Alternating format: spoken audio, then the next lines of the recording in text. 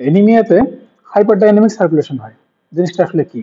ধরা যাক কারো সিভিয়ার এনিমিয়া আছে, আরবিসি কমে গেছে। তো আরবিসি যখন ভালো পরিমাণে কমে যাবে তখন ব্লাডের ভিসকোসিটিও কমে যাবে। তো ব্লাডের ভিসকোসিটি যখন কমে যাবে তখন এই ফ্লুইডটা আগের চেয়ে বেশি স্পিডে রান করবে ব্লাড ভেসেলের ভিতর দিয়ে। এটাই হচ্ছে হাইপার ডাইনামিক সার্কুলেশন, মানে গতি বেড়ে গেছে। তো যখন এই হাইপারডাইনামিক সার্কুলেশন হয়, পেরিফেরাল ভ্যাসকুলার যখন রেজিস্ট্যান্স কম পায় ব্লাডটা, তখন তারা ফ্লো মানে ব্যাক ফ্লো বেশি করে, অর্থাৎ ভেনাস রিটার্নও বেড়ে যায়। ভেনাস রিটার্ন বাড়বে, সে কারণে কার্ডিয়াক আউটপুট বাড়বে।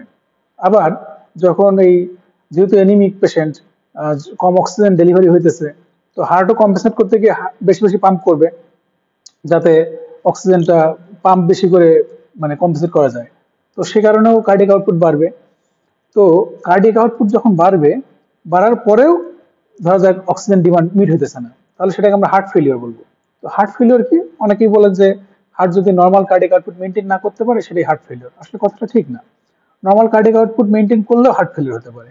তো শব্দটা হবে অ্যাডুকেট কার্ডিয়াক আউটপুট মেনটেন না করতে পারলে সেটাকে হার্ট ফেলিওর বলবো। যার জন্য যেটা অ্যাডুকেট, ধরা যাক যে অ্যানিমিক পেশেন্ট, তার জন্য ধরা নর্মাল কার্ডিয়াক আউটপুট 5 লিটার ধরলাম। তো কারোর জন্য যদি 6 লিটার লাগে, তার জন্য 6 লিটার কার্ডিয়াক আউটপুট দিতে হবে, তখন সে ঠিক আছে।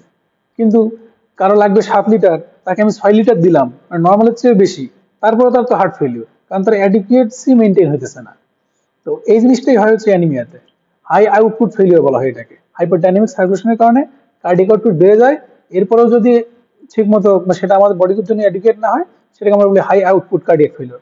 যেমন থাইরোটক্সিকোসিসে হয়, যখন হাইপারথাইরয়েডিজম হয়, হার্ট বেশি বেশি পাম্প করে, স্ট্রোক ভলিউম বাড়ে, কিন্তু বডির মেটাবলিজম এত বেড়ে যায় যে ওই 5 লিটারের বেশি বাড়ায় দিলেও তাও সেটা বডির জন্য তত মানে ইফেক্টিভ হয়নি তখন। তার মানে কার্ডিয়াক আউটপুট বেড়ে গেছে, মানে হাই আউটপুট হয়েছে, কিন্তু তারপর হার্ট ফেলিওর আছে। থায়ামিন ডেফিসিয়েন্সিতে এরকম হতে পারে। তো এই হচ্ছে এনিমিয়াতে হাইপারটাইমিক সার্কুলেশন কি এবং হার্ট ফেলিওর কেন হয়।